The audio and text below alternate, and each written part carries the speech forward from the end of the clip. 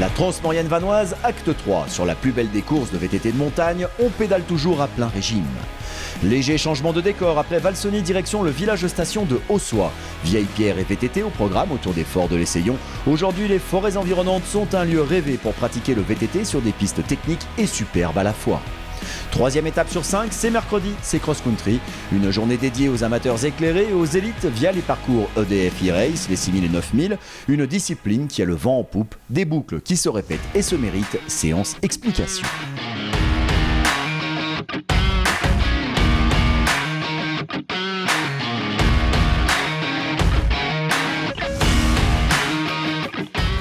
C'est la journée XCO, donc le format le plus court de la semaine. C'est vraiment très nerveux, donc ça va passer beaucoup d'énergie.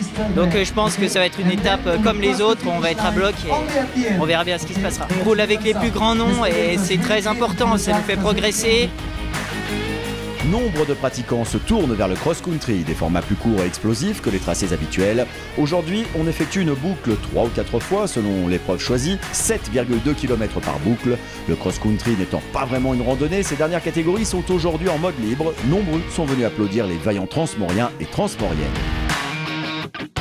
En matière de VTT cross-country, les Français ont acquis une solide réputation dans le milieu au fil des années. Côté filles et garçons, les Frenchies excellent avec plusieurs champions olympiques sur le cross-country. Cette profusion de montées sèches et de descentes techniques à répétition, c'est ce que l'on voit dans Haussois et ses alentours enchanteurs. Avantage des tracés de cross-country, le public peut se placer aisément autour du circuit.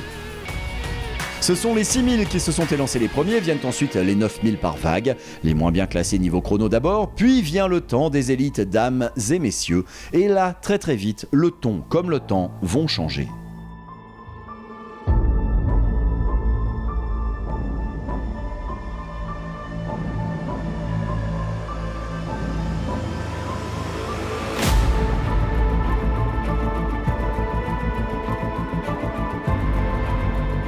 Les meilleures filles de la Transmaurienne 2020 sont en piste. Eva Lechner est à la fois une coureuse expérimentée que toutes craignent et à la fois la meneuse des 9000 élites filles.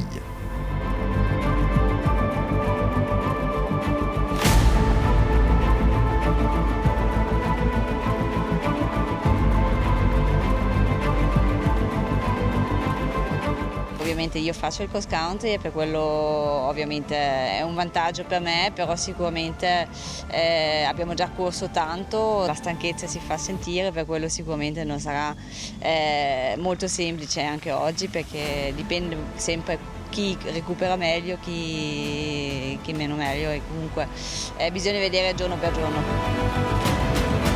Sur les deux premières étapes, elle a pris le large au classement général. Elle pourrait être tentée de se ménager pour assurer, mais ce n'est pas le tempérament de cette experte de 35 ans. D'entrée de jeu, elle appuie sur les pédales et va bien faire comprendre que la reine, ici, c'est elle. Hier, une certaine Ramona Kupferschmidt a réussi à rester dans le tempo, mais l'énergie alors consommée par la Suissesse n'a pas été reprise, ce qui profite à la Belge Emeline De Tilleux et à l'autre Italienne en forme, Costanza Fasolis.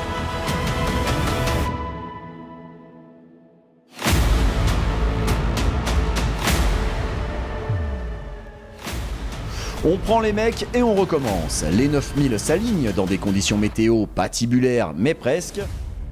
Je suis plus un spécialiste de cross-country, donc normalement ça devrait mieux me convenir. Après il reste quand même ce qu'on a fait hier et avant-hier dans les jambes, donc on va voir comment le corps répond et comment les adversaires répondent aussi à la course d'aujourd'hui, mais ouais, un peu plus énergique que je pense que les courses précédentes.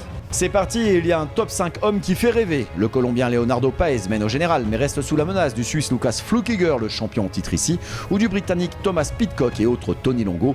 Mais Joshua Dubow roule à la maison devant son public, dans une discipline qu'il affectionne. Autant de facteurs qui vont lui donner la force de prendre le lead. Reste maintenant à imposer son style et tenir. Dans le premier tour, on aura compris qu'un homme en a gros sur la pédale. Thomas Pidcock connaît bien ce genre de météo, connaît bien les hommes à qui il est confronté. Il va décider à moins d'un quart de la course de tenter l'échappée belle. Sur le papier, Thomas Pidcock est en train de réaliser un exploit. Sur le premier jour de course, ce dernier a pris 30 minutes de pénalité pour non-respect du règlement. Beaucoup auraient abandonné le combat, mais ce serait mal connaître le champion du monde de cyclocross junior, vainqueur de la Coupe du Monde Espoir. Il a la hargne sportive en lui et ça se voit.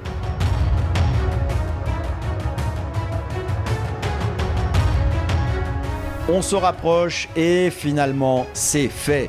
Victoire d'étape pour Thomas Pidcock. Lukas Flukiger, lui, tente de garder un chrono honorable en terminant second. Troisième place pour le Colombien Leonardo Paez. Le Français Joshua Dubos passe la ligne en quatrième, de loin le premier Français de la Transmo.